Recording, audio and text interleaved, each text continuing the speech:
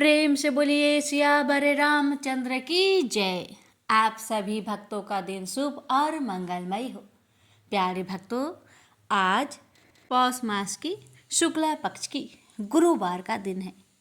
गुरुवार का दिन भगवान बृहस्पति देव और विष्णु भगवान जी को समर्पित है। बृहस्पतिवार की व्रत करने और कथा सुनने से भक्तों की सभी मनोकामना अवश्य ही पूरी होती है।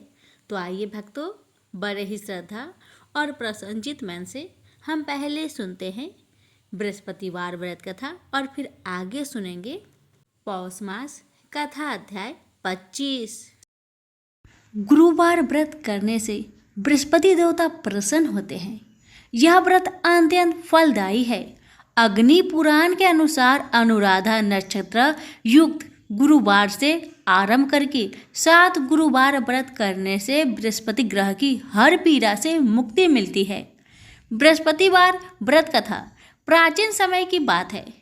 एक नगर में एक बड़ा व्यापारी रहता था। वह जहाजों में माल लाद कर दूसरे देशों में भेजा करता था, परंतु उसकी पत्नी अत्यंत कंजूस थी। वह किसी को एक दमड़ी भी नहीं देनी चाहती थी। एक बार सेठ जब दूसरे देश व्यापार करने गया तो पीछे से बृहस्पति देव ने साधु का वेश में उसकी पत्नी से भिक्षा मांगी। व्यापारी की पत्नी बृहस्पति देव से बोली, हे साधु महाराज, मैं इस दान और पुण्य से तंग आ गई हूँ। आप कोई ऐसा उपाय बताए जिससे मेरा सारा धन नष्ट हो जाए और मैं आराम से रह सकूं। मैं यह धन लुटता हुआ नहीं देख सकती। बृहस्पति देव ने कहा, हे देवी, तुम बड़ी विचित्र हो। संतान और धन से कोई दुखी होता है? अगर अधिक धन है तो इसे शुभ कार्यों में लगाओ। कुंवारी कन्याओं का विवाह कराओ।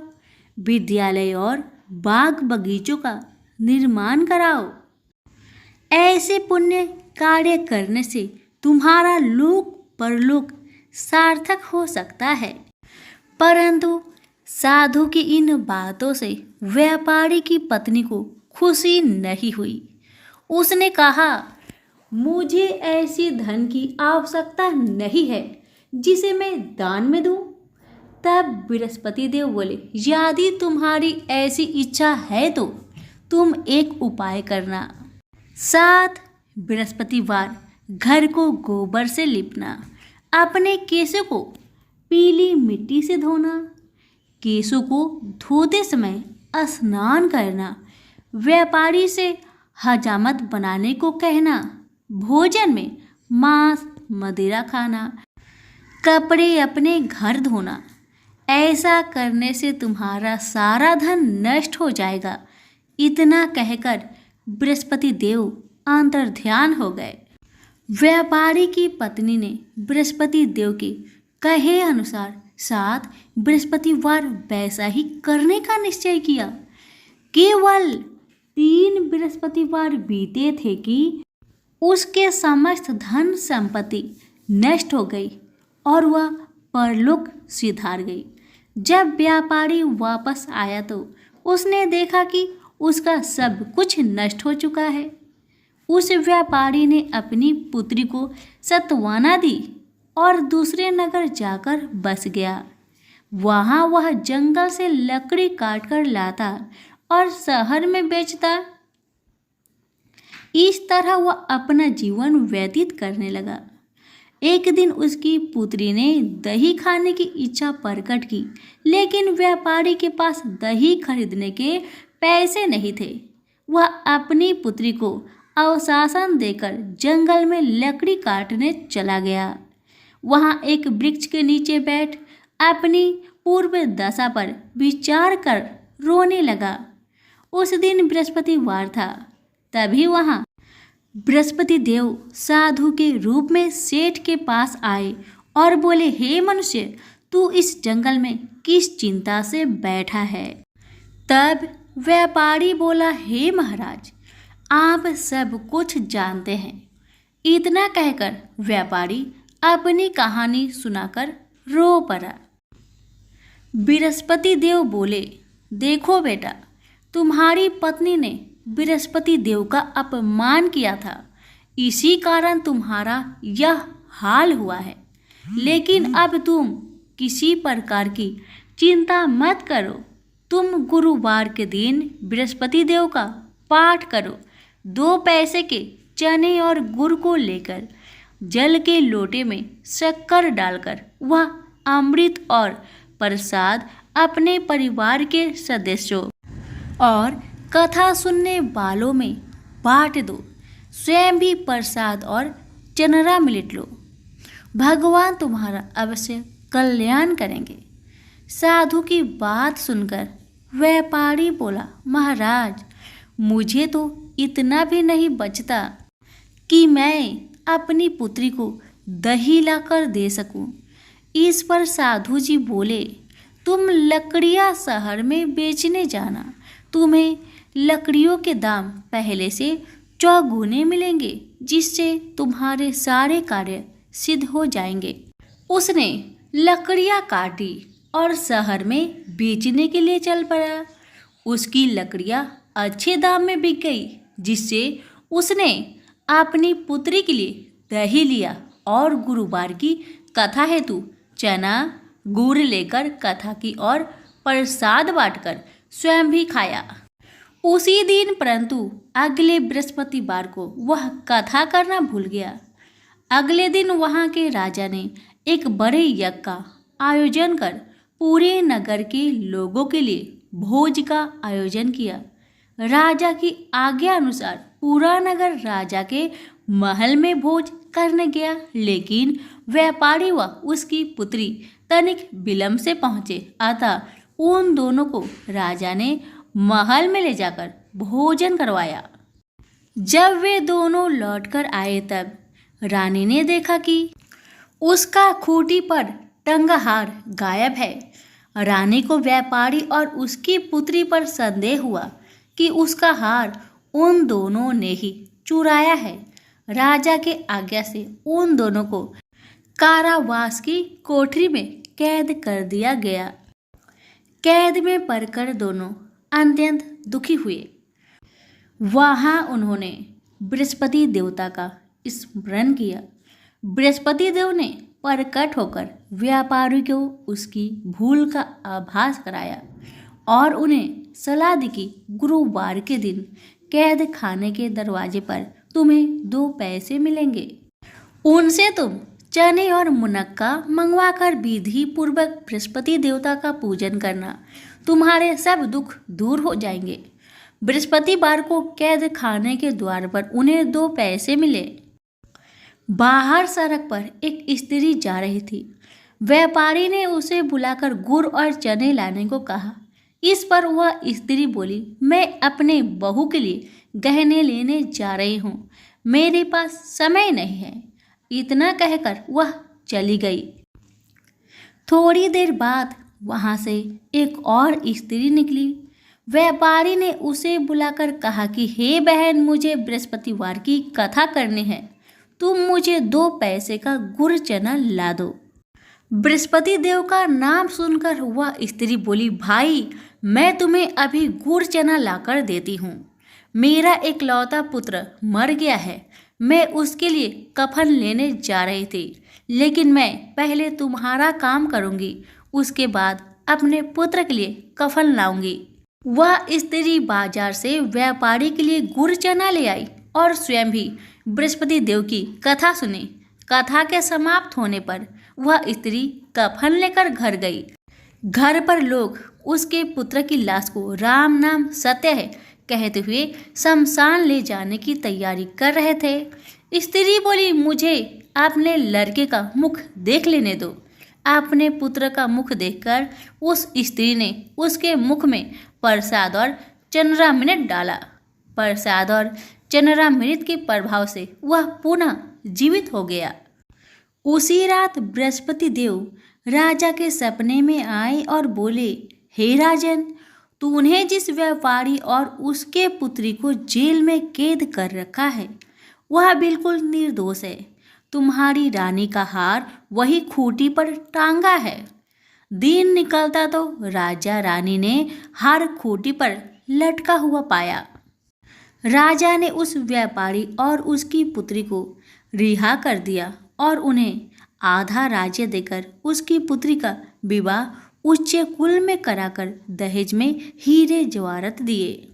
सभी प्रेम से बोलिए, बृहस्पति देव की जय हो। अब आइए भक्तों, हम श्रवण करते हैं पौष मास कथा अध्याय 25। इस अध्याय में आप सभी श्रवण करेंगे हनुमान का गगन भेदी जय घोष की कथा। पिछले अध्याय में आपने सुना कि संगपाति ने मन ही मन विचार किया कि शायद वह शुभ समय आ गया है। अब आगे की कथा। संगपाति जहाँ रहता था उस खो से बाहर आया तो उसे देखकर बानर भय से चीखने लगे, लेकिन उसने मृदुल स्वर में जय सिया राम कहकर सबको निर्भय कर दिया। सब प्रसन्न हुए। संगपाति ने उन्हें अपनी कथा सुनाई और बताया, सीता जी का हरण लंकापति रावण कर ले गया है। उसने उन्हें अशोक वाटिका में रखा हुआ है। मैं उन्हें देख पा रहा हूँ, परंतु मैं अत्यंत वृद्ध हूँ, इसलिए कुछ करने की सामर्थ्य नहीं रखता। अन्यथा मैं स्वयं लंका जाकर रावण का मद चूर कर देता और थोड़ी ही देर में सीता जी को यहाँ ले आता। इस समुद्र तट से मेरी दृष्टि की सीध में 400 योजन दूरी पर लंका द्वीप दिखाई दे रहा है। इस पर्वत शिखर पर चढ़कर जो भी इस दूरी को लांघ सके वो ही ऐसा प्रयास करे। समुद्र को भी बड़ी सावधानी से पार करे, क्योंकि इसमें बड़े विचित्र और मांसभक्षी जीव रहते हैं। रावण के भी पहरी है। मित्रों, मैं तुम्हारी इतनी ही सहायता कर सकता हूँ। संगपाति की इतना कहते ही उसके पंख उग आए और वह हर्ष में भरकर प्रभु श्री राम की स्तुति करने लगा। उसका सब अभिमान समाप्त हो गया और वह प्रभु भक्ति में लीन हो गया। अंगद और जामवंत ने संपाति के सुंदर वचन सुने और हर्ष मनाया कि एक कठिन कार्य तो सरल हुआ।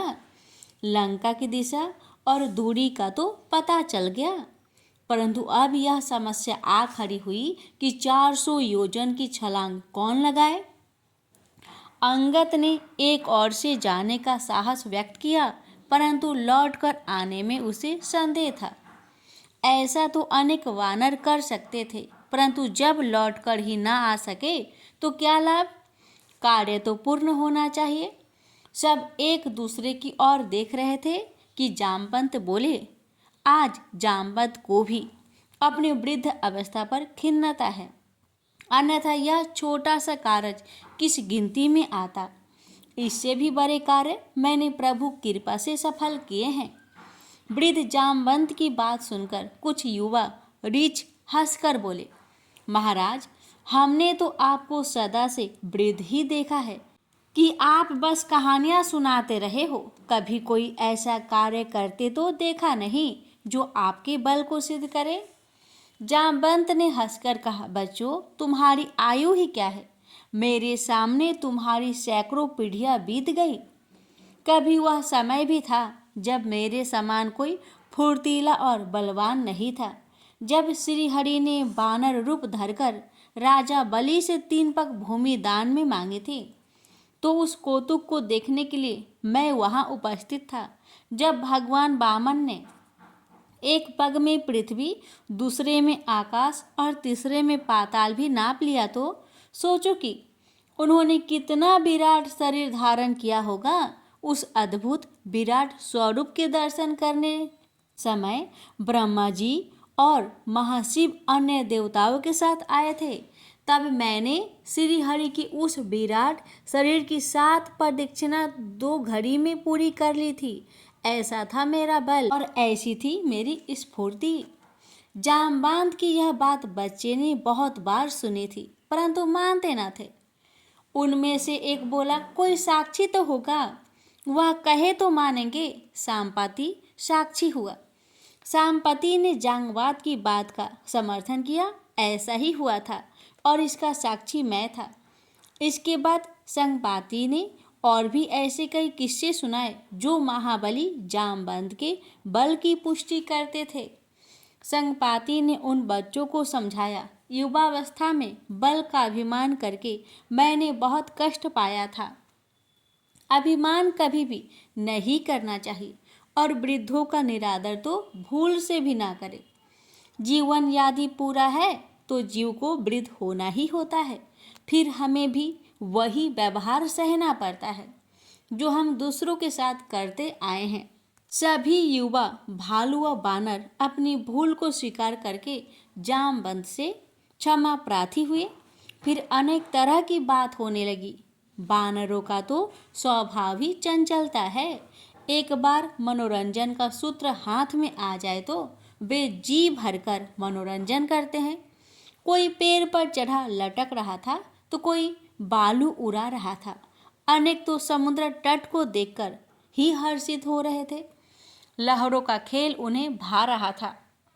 लहर पीछे जाती तो उसके पीछे दौड़ते और जब लौटती तो प्राण बचाकर भागते थे।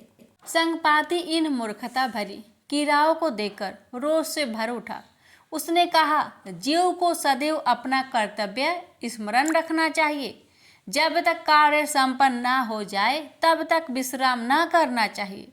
और तुम प्रभु कार्य को भूलकर मौज मना रहे हो। कार्य संपन्न होते तक इस बानरी स्वभाव को भूलकर प्रभु के सेवक बनो और कार्य होने पर खूब मौज करना। संपत्ति की बात सुनकर सब मौन हो गए। अंगद को अपने दल की इस मूर्खता का अनुभव हुआ तो वह चिंतित हो गया। 1 मास का समय मिला था और उसमें से आधे से ज्यादा तो ऐसे ही मूर्खता भरी मस्तियों में व्यतीत हो गया था। अंगद ने सभी को संबोधित करते हुए चेतावनी दी, अब यदि किसी ने कार्य संपन्न होने तक चंचलता दिखाई तो उसे मैं अपने हाथों से दंडित करूंगा। सब मौन हो गए। अब समस्या यह थी कि कौन 400 योजन समुद्र लांघ कर लंका जाए और प्रभु कार्य संपन्न करे। तभी जामवंत ने कहा, अरे हनुमान कहाँ है? वही इस कार्य को सफल कर सकते हैं, कहीं दिखाई नहीं दे रहे हैं। किसी बानर ने बताया कि वे तो पर्वत की तलहटी में पेड़ों के नीचे ऐसे बैठे हैं जैसे स्वयं को ही भूल गए हों। जामवंत जान गए कि हनुमान अपना बल भूलकर ध्यान मग्न हो गए हैं। वे अंगद के साथ उनके पास पहुँचे। हनुमान की दशा विचित्र थी। वे बालक की भांति व्यवहार कर रहे थे। कभी मुंह बनाते, कभी घुड़की देने लगते और कभी हंसने लगते। जामवंत ने बताया, महावीर को श्राप मिला हुआ है कि हनुमान अपना बल विस्मृत कर देंगे और जब प्रभु के सेवक उनके बल का स्मरण कराएंगे तो वे पूर्व दशा में आ जाएंगे। जामवंत की बात सुनकर अंगद सहित सभी राम सेवक महावीर हनुमान के अथाह बल का गुणगान करने लगे। हे महाबली, तुम ही तो हो जो सूर्य को फल समझकर भक्षण करने की सामर्थ्य रखते हो। तुम्हारे एक प्रहार से पर्वत रसातल में चले जाते हैं। तुम्हारी गदा पर दुष्टों के लिए काल बनकर यमराज विराजते हैं। तुम्हारा तो जन्म ही प्रभु श्री राम के कार्य के लिए हुआ है। प्रभु श्री राम का तुम पर बड़ा विश्वास है। हमें लंका का पता चल गया है, उसकी दिशा व दूरी का ज्ञान हो गया है। अब 400 योजन समुद्र लांघने की सामर्थ्य भला तुम्हारे सिवाय किसकी है? हे अंजनी नंदन, विस्मृति से बाहर आओ और प्रभु कार्य करके उनकी कृपा प्राप्त करो। अपनी प्रशंसा व गुणगान सुनकर हनुमान उत्साह व उमंग के साथ उठ खड़े हुए। जय सिया राम का उद्घोष करके उन्होंने अपना शरीर पर्वत आकार कर गर्जना करते हुए कहा, मेरे समान बलवान और प्रभु का कृपा पात्र कौन होगा जो प्रभु के कार्य हेतु नियुक्त हुआ है? मैं रावण को उसकी सेना सहित ढेर करके उस त्रिकूट पर्वत को जिस पर लंका स्थित है समुद्र में डुबो सकता हूँ। हे पूज्य जामवंत, आप मुझे आज्ञा करें। हे युवराज अंगद, मुझे आज्ञा दे, मैं शीघ्र कार्य संपन्न करके प्रभु दर्शन करूं।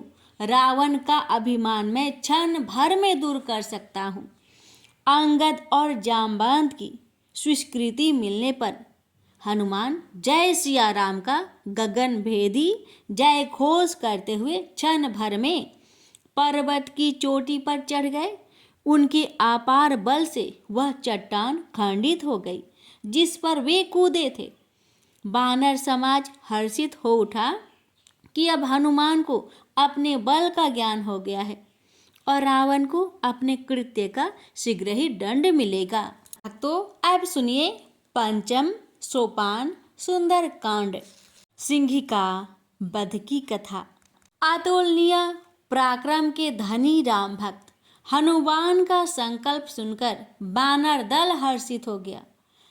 अब सब इस विश्वास के साथ उत्साह में भर गए कि निश्चय ही प्रभु के परम प्रिय हनुमान सीता जी की खोज करके आएंगे। फिर श्री राम वानर सेना को लेकर लंका पर चढ़ाई कर देंगे।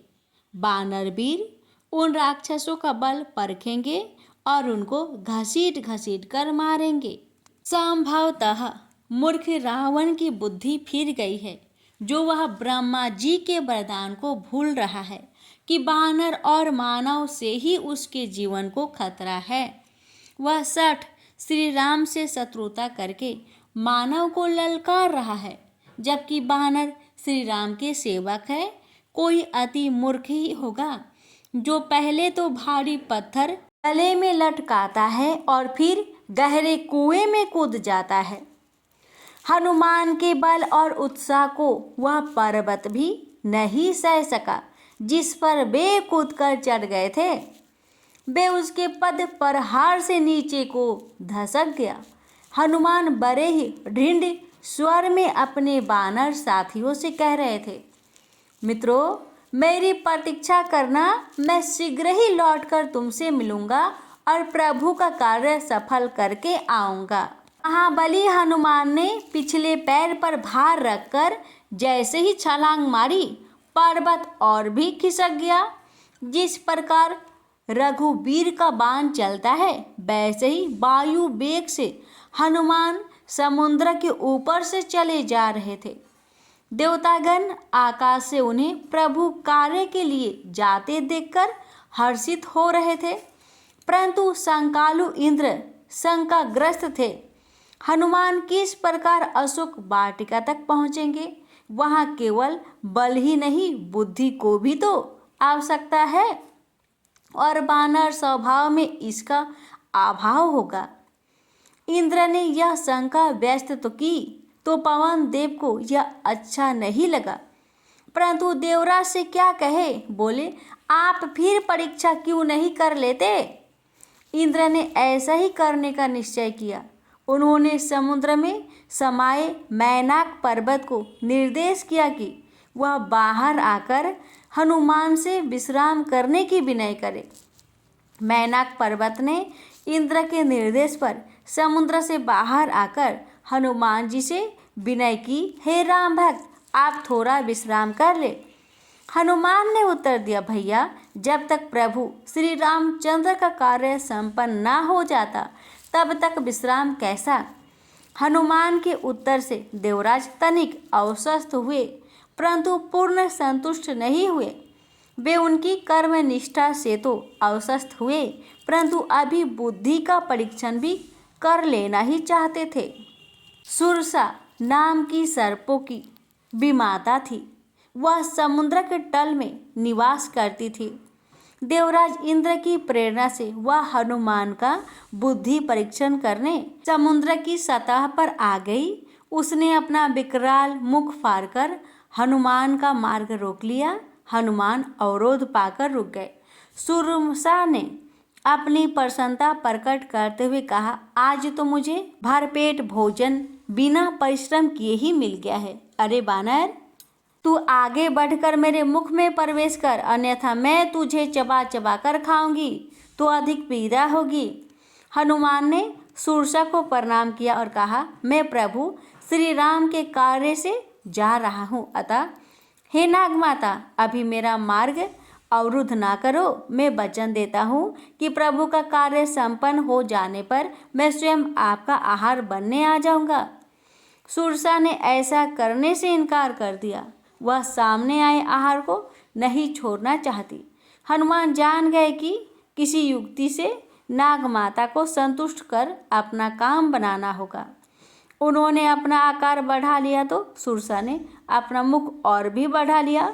सुरसा उनके आकार के अनुसार ही अपने मुख का विस्तार करने लगी, तो हनुमान जी ने यह बुद्धि का प्रयोग किया।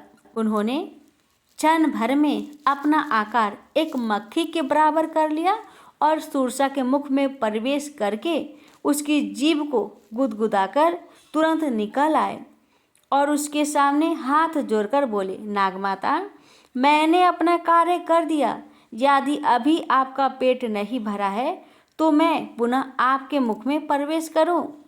सुरसा को अपने पेट में बवंडर सा घूमता लग रहा था, जैसे उसके पेट में हवा भर गई हो। वह व्याकुल होकर जल में समा गई और हनुमान प्रभु का नाम लेकर आगे बढ़ गए। एक बाधा तो दूर हो गई थी, परंतु अब वे लंका की जल सीमा में थे और यहाँ बाधा ही बाधाएं थी। सिंहिका नाम की जल राक्षसी रावण की जल पहड़ी थी। वह जल के अंदर ही रहती थी। उसे यह वरदान प्राप्त था कि वह जल के ऊपर उड़ते किसी भी जीव की परछाई को पकड़ती तो वह जीव उसके हाथों में फंस जाता था। उसने हनुमान की परछाई देखी तो अपने विशाल हाथों से उसे पकड़ लिया और अट्ठास करने लगी। हनुमान समझ गए कि कोई संकट आ गया है। उन्होंने अपनी गदा संभाल ली और जैसे ही सिंहिका के समीप पहुंचे एक भीषण प्रहार करके उसके मस्तक को फोड़ दिया। जल में जैसे प्रलय आ गई थी। सिंहिका के प्राण पेखरू उड़ गए। हनुमान के गदा प्रहार ने समुद्र में खलबली मचा दी थी और सभी जल जीव इधर उधर भागकर शरण लेने लगे थे। हनुमान के अपार बल से सब भयभीत हो गए थे और हनुमान प्रभु श्री राम का नाम लेकर अपनी यात्रा पर आगे बढ़ गए। लंकादीप सामने दिखाई दे रहा था। सूर्य की रश्मियों से दमकती स्वर्ण लंका की चमक हनुमान की आंखों को चकाचौंध कर रही थी। उन्होंने सेमरू पर्वत की चोटी पर जाकर लंका का निरीक्षण किया। किले के चारों ओर 7 गहरी खाइयाँ थी, जिनमें भयानक जलचर घूम रहे थे। विशाल मुख्य द्वार पर अनेक बलशाली राक्षस पहरा दे रहे थे और गगनचुंबी परकोटे पर भी यहाँ वहाँ राक्षसों का पहरा था। उन सब की दृष्टि बचाकर वहाँ से लंका में प्रवेश करना सरल नहीं था। अब प्रतीक्षा ही करनी होगी और अंधेरा होने पर कोई युक्ति करनी होगी। हनुमान अपने सूक्ष्म आकार में पर्वत शिखर पर बैठे थे। सूर्यास्त के समय लंका का दृश्य बड़ा ही सुंदर लग रहा था। हनुमान उस अति विशाल प्रांगण को भी देख रहे थे जो निकट भविष्य में रणभूमि में बदल जाने वाला था। रात्रि होने पर हनुमान ने देखा कि सभी राक्षस पहाड़ी मदिरापान कर रहे थे। आधी रात होने तक राक्षसों का भोजन, मदिरापान और मनोरंजन चलता रहा। जब शोरगुल कम हुआ तो हनुमान ने अति सूक्ष्म रूप धारण किया और प्रवेश द्वार की ओर बढ़े। अधिकांश राक्षस मदिरा के प्रभाव में थे, परंतु लंकिनी सजग थी। लंकिनी प्रवेश द्वार की मुख्य प्रहरी थी। उसकी दृष्टि बड़ी तीक्ष्ण थी। उसने हनुमान को देख लिया और अपना आकार बढ़ाकर उनका मार्ग रोकते हुए कहा, अरे बानर, तू कहाँ से आ गया? मेरी तीक्ष्ण दृष्टि से बचकर तू लंका में प्रवेश करना चाहता है। हनुमान बातों में समय व्यर्थ न करना चाहते थे। उन्होंने एक घुसा लंकिनी की कनपटी पर जमाया तो वह रक्त बमन करती हुई गिर पड़ी, जैसे सारा ब्रह्मांड ही उसके नेत्र के समक्ष घूम गया। ऐसी भीषण प्रहार लंकिनी जब कुछ चेतन हुई तो हाथ जोड़कर हनुमान के सामने थर थर काँपते हुई बोली, हे राम भक्त, मैंने तुम्हें पहचान लिया। अब कुदिशा ने लंका का द्वार देख लिया है, अतः लंका का विनाश निश्चित है। इतना कहकर वह उनके मार्ग से हट गई। हनुमान अब निर्विरोध लंका में प्रवेश कर गए। प्रेम से बोलिए सियावर रामचंद्र की जय। अब आगे की कथा अगले अध्याय में रसपान करें। तब तक के लिए अपना ख्याल रखें। जय सिया राम।